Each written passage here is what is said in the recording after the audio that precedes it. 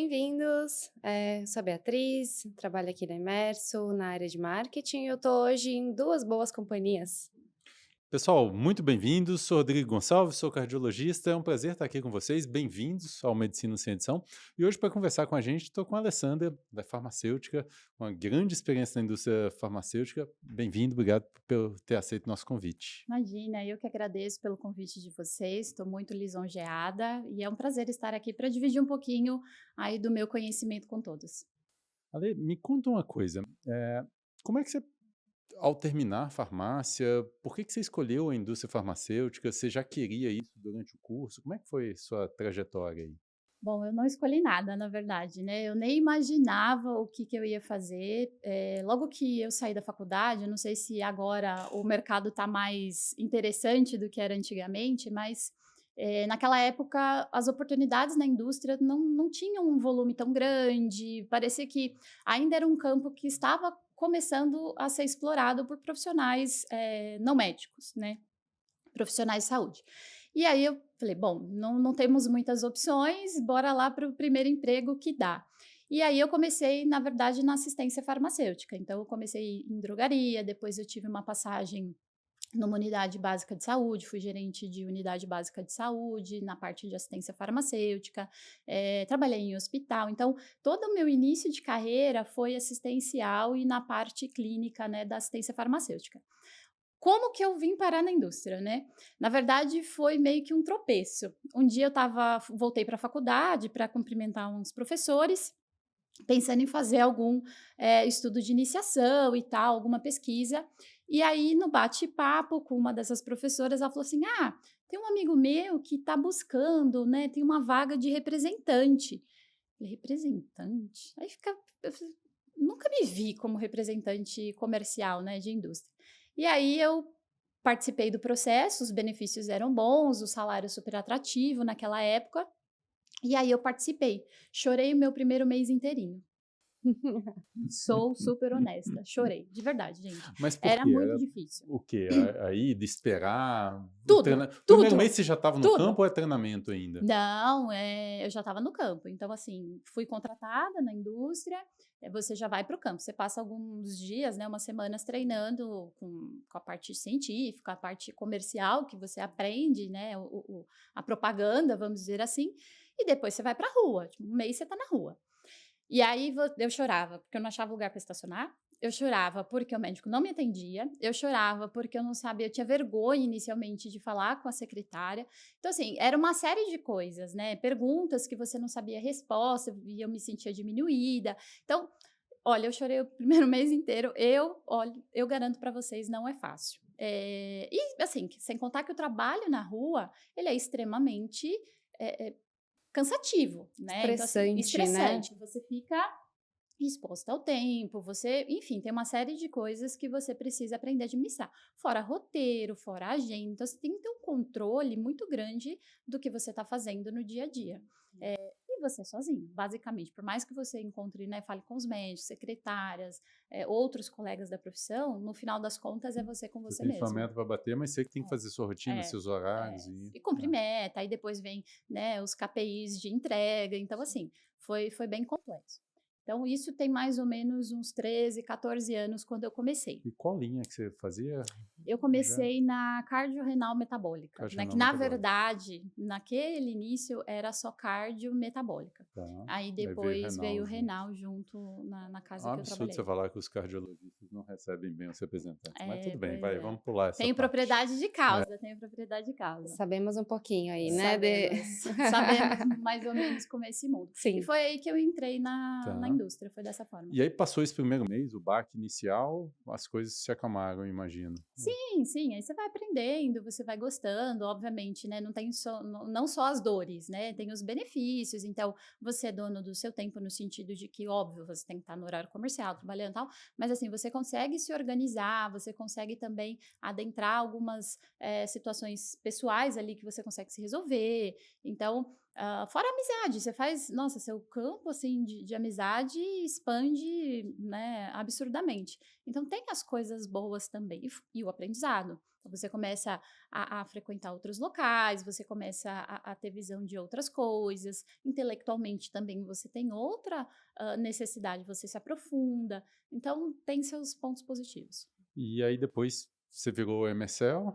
Na Aí como foi essa transição para a área médica, né, hoje eu trabalho na área médica, então eu era da área comercial, só que chegou um momento em que eu já tinha lançado o produto, eu já tinha passado de um produto que na época era um produto maduro para um produto, né, de inovação, assim, eu já sabia tudo e eu não me via sendo gerente de pessoas naquele momento, que seria o GD.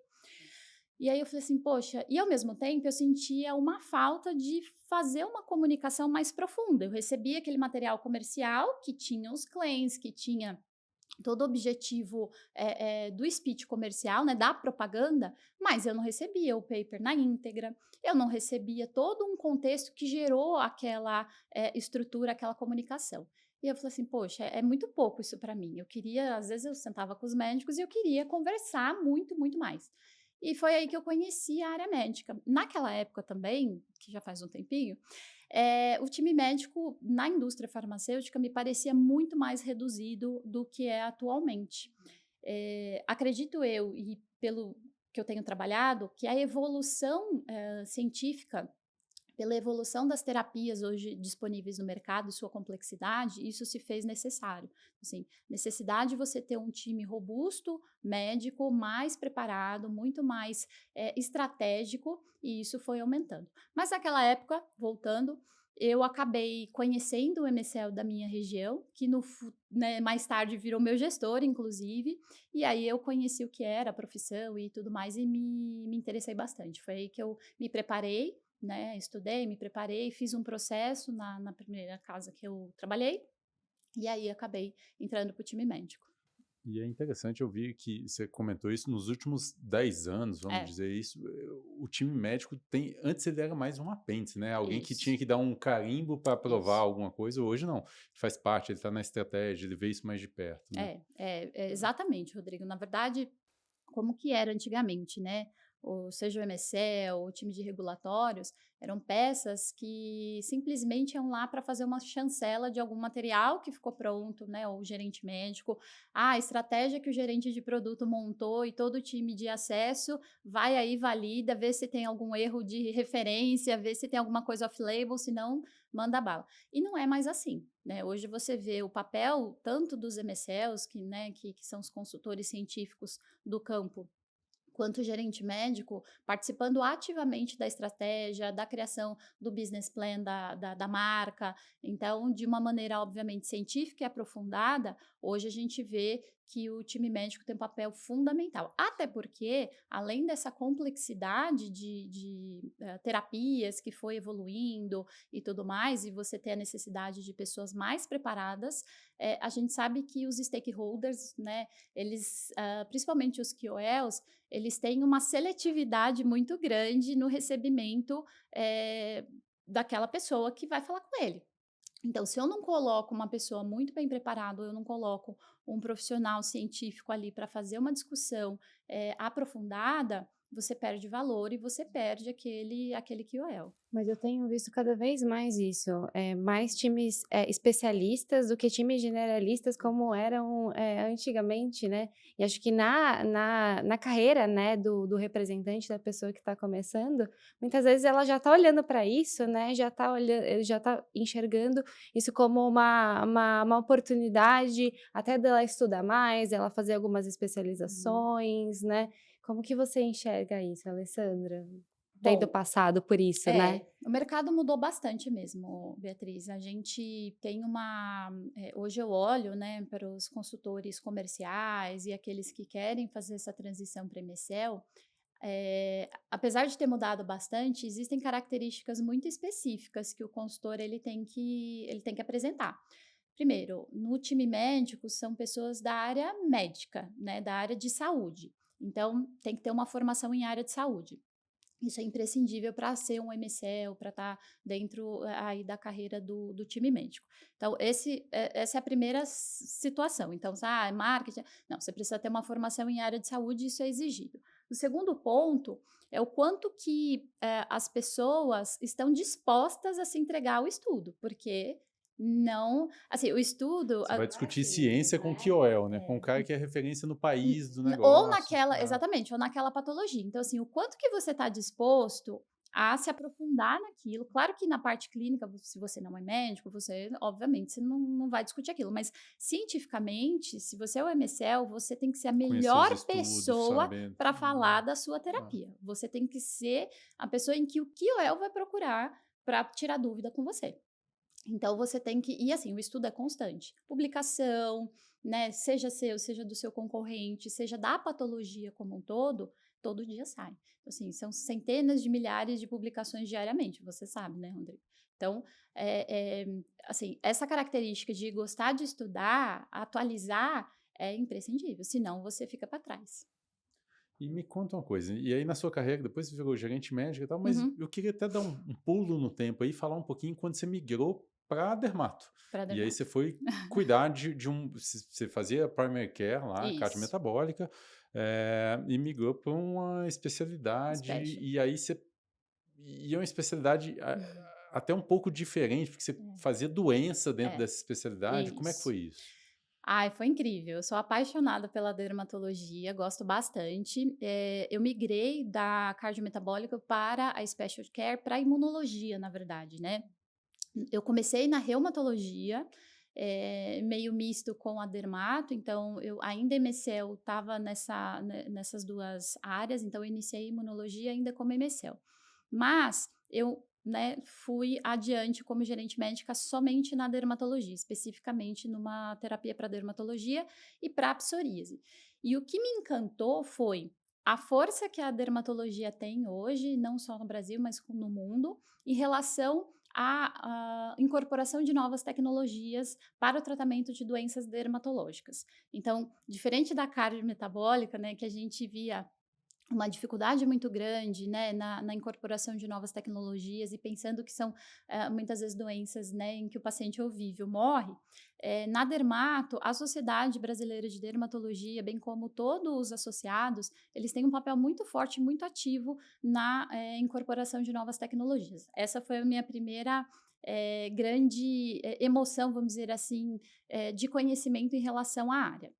Em segundo, é o quanto eles são ávidos por novidades, né? E eles são extremamente engajados em utilizar novas terapias. Isso é muito legal. E um outro impacto que eu não tinha noção é o quanto que as doenças inflamatórias, imunomediadas de pele, elas têm um papel muito importante na vida desses pacientes, e um impacto muito grande na qualidade de vida desses pacientes. Os pacientes, né, muitas vezes são leigos, na grande maioria das vezes, mas, quando a gente fala de algo que é visível, né, isso tem um impacto, né, na autoestima do paciente de uma forma, assim, muito profunda.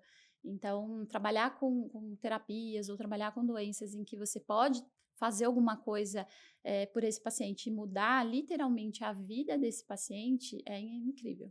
Eu atuei durante um tempo na indústria, né, na área de marketing ali na dermatologia, e um dos produtos ali que estavam, né, dentro da especialidade era para psoríase. Ah, E nossa, eu participei de um encontro com o médico que ele promovia um grupo de apoio para pacientes com psoríase. Então, tá. como se fosse um Alcoólicos Anônimos ali Uhum. para pacientes com psoríase, e era muito interessante todo o trabalho. E depois você conversando com esses pacientes, você vendo o quanto ter esse momento de troca, de conversa, de poder falar abertamente com pessoas que estão passando pelas mesmas situações É. que ele fazia diferença na qualidade de vida, como você trouxe. E a indústria, ela evoluiu muito nisso, né? Assim, a indústria hoje, ela investe muito no dermatologista, a indústria farmacêutica. Então, é um campo que foi explorado muito pouco, né, até os dias atuais. E falando mais ou menos de 10 anos, Rodrigo, eu estava lendo um artigo de revisão recente, que foi publicado agora, que ele traz que hoje a gente tem em média 36 terapias disponíveis para tratamento de doenças de pele imunobiológicos ou pequenas moléculas nesses últimos 10 anos. Então, a gente teve uma evolução muito grande. E assim, são terapias de alto custo, né? São terapias complexas, são terapias de grande complexidade aí no campo científico. E de novo, que necessitam de pessoas preparadas para poder trabalhar isso da melhor maneira, né? E como é que é isso no dia a dia com o dermato? Porque Hum, você acabou de comentar que eles são ávidos por são. novidade, e eu conheço vários que estudam Uhum, muito, muito isso e conhecem tudo das doenças. São doenças complexas, são. com fisiopatologia complexa, É, com medicação nova, que tem um tanto de interação, mas tem uma gama de dermatos que faz muito estética, não faz é. doença. Como é que você faz essa separação? Não faz? Divulga para todo mundo? Não, Como é que é isso? fazemos. Hoje a gente tem em média no Brasil, se eu não estou errada, quase 15 mil dermatologistas. É um número bastante grande. Mas eu vou arriscar dizer que desses 15 mil, apenas 2, 3 mil de fato tratam doenças. A maioria, a grande maioria só atua na estética. Quando a gente vai fazer uma divulgação terapêutica, né, de produto para doença, a gente é muito específico em avaliar, né, em entender o mercado, quem são esses stakeholders, quem são esses médicos, KOLs, que de fato tratam doença. Porque hoje a gente tem dois cenários no mercado. A gente tem desses 2, 3 mil que eu comentei, eh, que ainda fazem estética, mas que já tratam doença. Quando a gente vai fechando o funil, falando em psoríase, que é o mercado que eu tenho um pouco mais de conhecimento, quando você vai fechando, em média 300 médicos apenas, 300 dermatologistas em Um todo o país inteiro Brasil, desse tamanho. que utilizam o imunobiológico. Pensando que é uma doença extremamente grave, né? Quando se fala de psoríase moderada grave, que tem um risco alto, aí, inclusive de infecções generalizada, é um número muito baixo, muito estreito para um tratamento de um paciente que muitas vezes leva de 12 a 15 anos para ter o seu diagnóstico. Então, é muito complexo. Então, é uma especialidade ainda muito difusa, assim, né? A gente tem separações bastante grandes, vamos dizer assim, entre o médico que faz a estética e o médico que faz a doença. Então, ou você tem o nicho daquele que estuda muito e se aprofunda e trata a doença, e você tem aquele nicho que só estuda a parte a parte estética e ignora.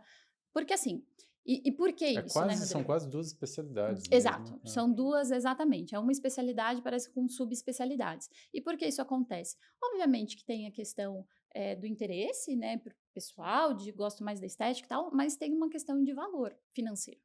Então assim, quando você vai fazer um atendimento de um paciente de doença de pele, por exemplo, a consulta não demora menos do que 1 hora, Sim. né, para você E é um entender. paciente mais difícil, ele vai te É. ligar, ele tem efeito colateral, ele não Isso. Sim. melhora. Esse é um paciente que dá trabalho, a Sim. gente brinca, né? É um paciente recorrente que vai te dar trabalho. E aí o paciente, e é o que você falou, então assim, o paciente tem outras terapias associadas, o paciente muitas vezes é depressivo, então assim, estudos apontam que cerca de 80% dos pacientes que têm doença de pele, psoríase, hidradeniite ou dermatite atópica, têm depressão. Né, tem a questão da depressão como um ponto de tratamento e necessidade de acompanhamento. Então, são pacientes que chegam a suicídio.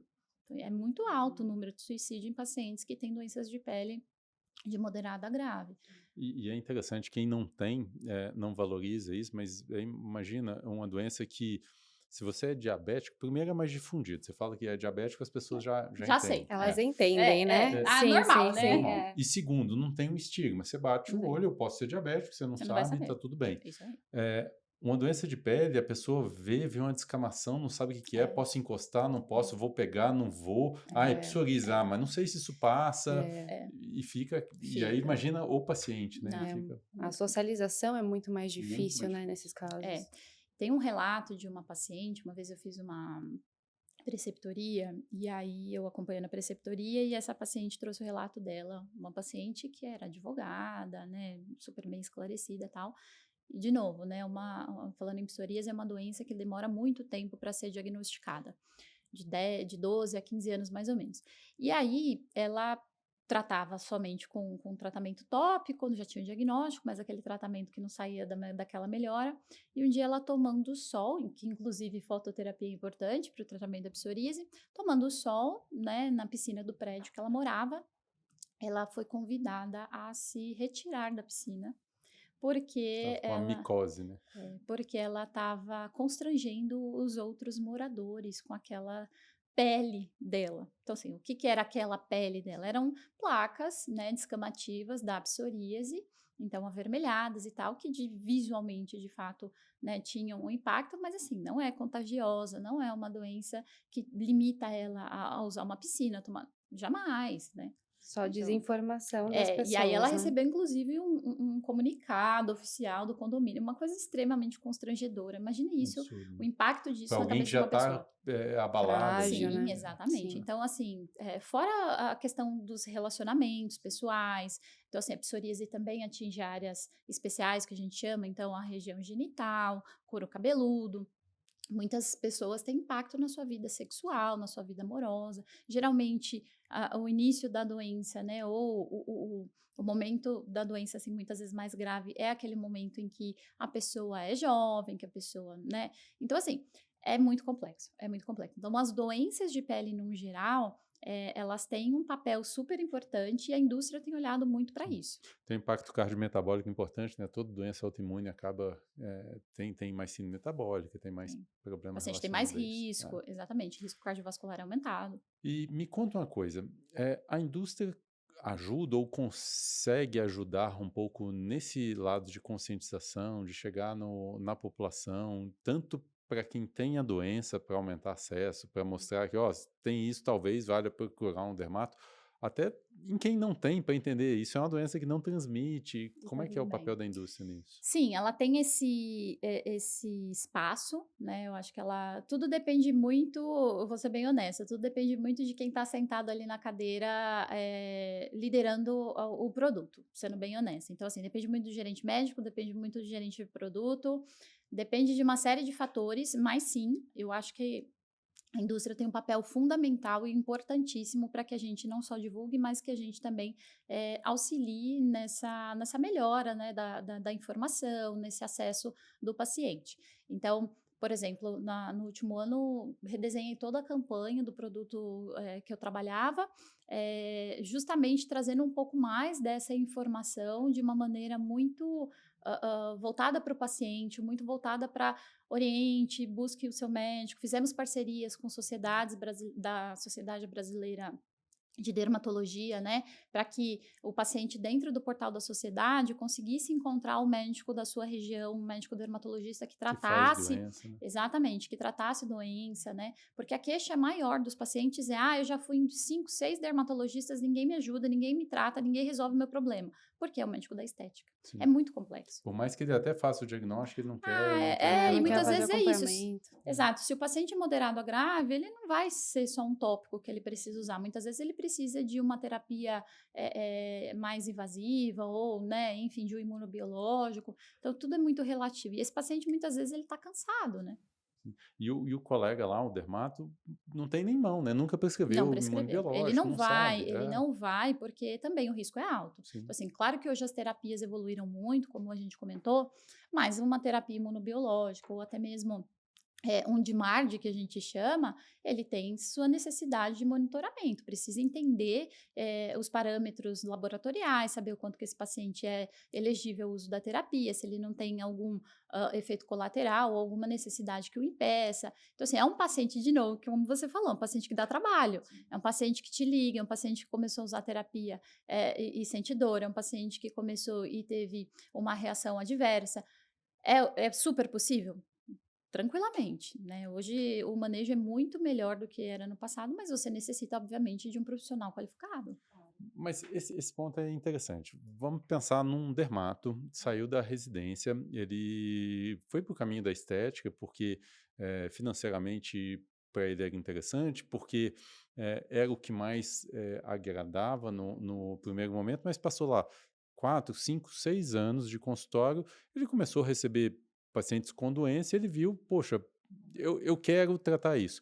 Como que ele faz já fora da residência? Como é que ele faz para voltar a estudar, para pegar indo em congresso, a indústria pode ajudar? Como é que Acho que os caminhos são diversos, Rodrigo. Na verdade, eu acho que basta querer. Super possível. Hoje, com a tecnologia, isso facilita bastante, né? Seja como a empresa de vocês, que tem toda a parte de treinamento e tal, a indústria ela é super aberta a esse tipo de incentivo, né, então, não só obviamente direcionada ao produto que ela trabalha, qualquer que seja a indústria, mas ela estimula o estudo sim, né, o time de novo, né, o time médico tem um papel fundamental, então assim, o MSL está sempre ávido a levar informações, e o MSL ele leva tanto informações do produto quanto da doença como um todo. Então, a atualização do médico também é um ponto importante, num geral, sobre a patologia. O MSL ele está ávido a fazer isso. A indústria como um todo, muitas vezes, tem plataformas, tanto da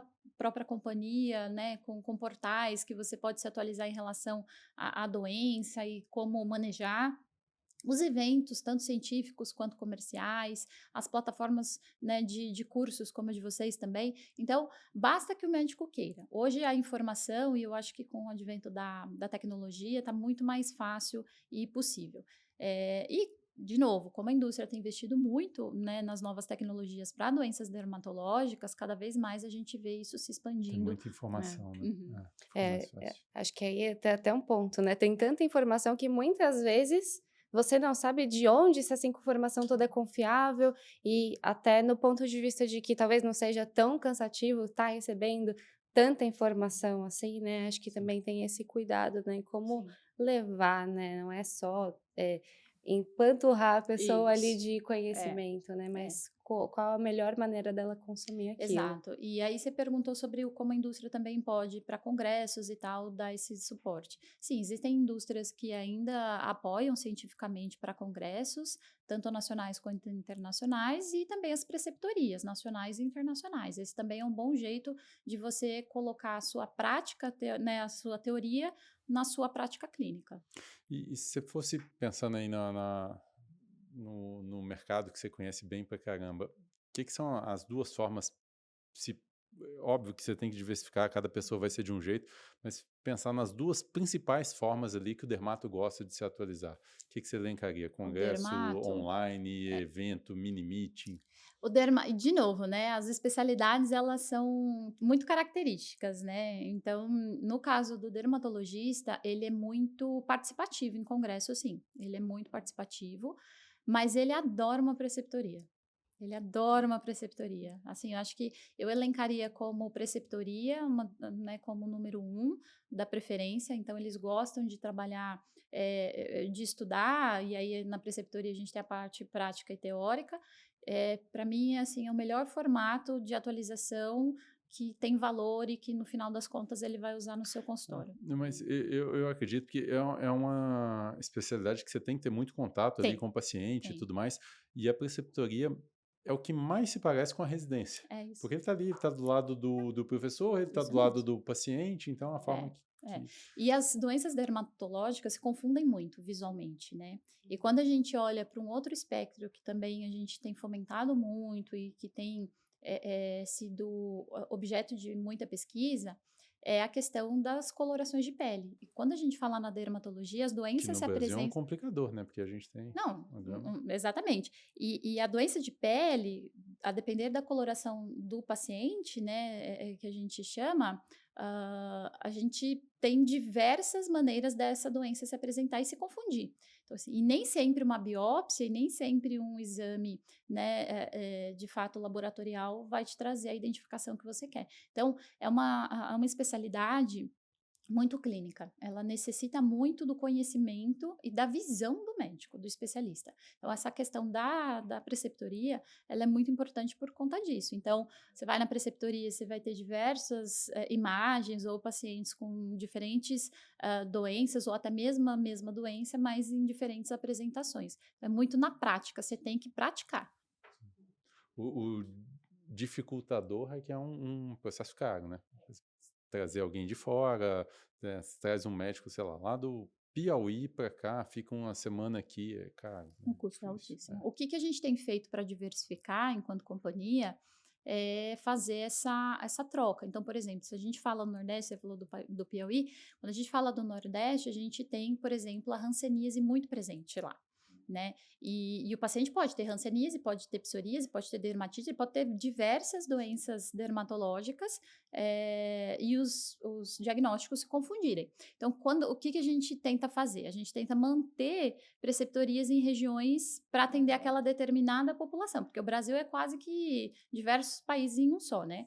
Então, de necessidades. Por exemplo, a gente tem uma prevalência menor, apesar da questão da hanseníase, mas a gente tem um pouco menos de prevalência no Nordeste de psoríase, por exemplo, do que a gente tem no Sul. E o sol pode ser um fator que ajuda, né? Como eu disse, os pacientes fazem fototerapia, então talvez o sol tenha esse impacto. Então, a gente procura sempre procurar universidades, locais em que a gente consiga atender Fazer centros mais locais, mais né? locais. Legal. É ótimo, né? Porque a troca acaba sendo Sim. mútuo ali, né? Importantíssimo. Muito. Sim. E não, e isso é uma coisa ruim até do Brasil. A gente concentra muita coisa no Sudeste. Você vai, por exemplo, nos Estados Unidos, você pega os centros médicos grandes e renomados do mundo, eles estão espalhados pelo país inteiro, né? Aqui a gente Aqui a tende gente a está concentrar. concentrado. Não é, na verdade, assim, a gente não força só fazer no Sul e no Sudeste, mas é que acaba que os Sim, grandes universidades, tal, a universidades maioria está acabam aqui. sendo nessas regiões. E me conta uma coisa, como é que você vê, psoríase tem muito isso, como é que você vê essa integração entre especialidades diferentes? Você pega lá uma psoríase pura, ele é do dermato, mas tem artrite psoriásica, tem o imuno que entra nessa jogada, como é que eles se dão nisso? Como é que vocês veem essa união? Eu brinco que quando eu comecei na reumato e na dermato, eu falava que parecia o cardioendócrino. É exatamente igual. Então, assim, a interação do dermatologista com o reumatologista é essencial. Então, assim, uma das complicações da psoríase, né, o agravamento é a artrite psoriásica. Então, 30% dos pacientes que têm psoríase vão desenvolver artrite psoriásica. E é irreversível. Assim, ou você utiliza uma terapia e você dá esse stop, né, da doença antes, antecipar, porque depois não tem mais o que fazer. Assim, claro, você retarda a evolução, mas uma vez instalada, não tem mais o que fazer. Então, essa interação, essa integração é muito comum entre eles, né? Principalmente dos médicos que são referência aí na sua doença. Não tem essa assim, o meu paciente é só meu, o meu paciente é só. Não, tanto porque o reumatologista não entende nada de pele e ele fica super confuso quando vê manchas diferentes ou ele não vê aquela lesão clássica de borda, né, acinzentada, delimitada, como o dermatologista que tem dificuldade em fazer uma avaliação articular, né, entender aí uma sinovite, uma entesite, ele não tem essa habilidade. Então, eles trabalham bem. E costumam se dar bem. Não é Se igual o cardioendócrino que de vez em quando quer se matar. tem seus casos, é normal, né? De vez em quando eles querem se matar, mas no geral eles trabalham super juntos, assim. É legal ver que o reumato ele se interessa em aprender, né, sobre pele, mas ele não se aventura muito, porque é complexo, como a gente comentou antes, então é muito complexo e é a prática, você tem que ver lesão, ver Sim. lesão, ver lesão. Ele quer conhecer para poder manejar melhor a Sim, parte dele, sim. né? Mas Isso eles é fazem saudável. parcerias, é muito Legal. comum, né? Um reumatologista ter um dermato para chamar de seu e o inverso também, então é bem Mas comum. isso é ótimo. Mas eu tava brincando do negócio do cardio e do endócrino, quando é feito um evento e que tem a presença dos dois, e isso é bem Isso. pensado, isso é muito legal.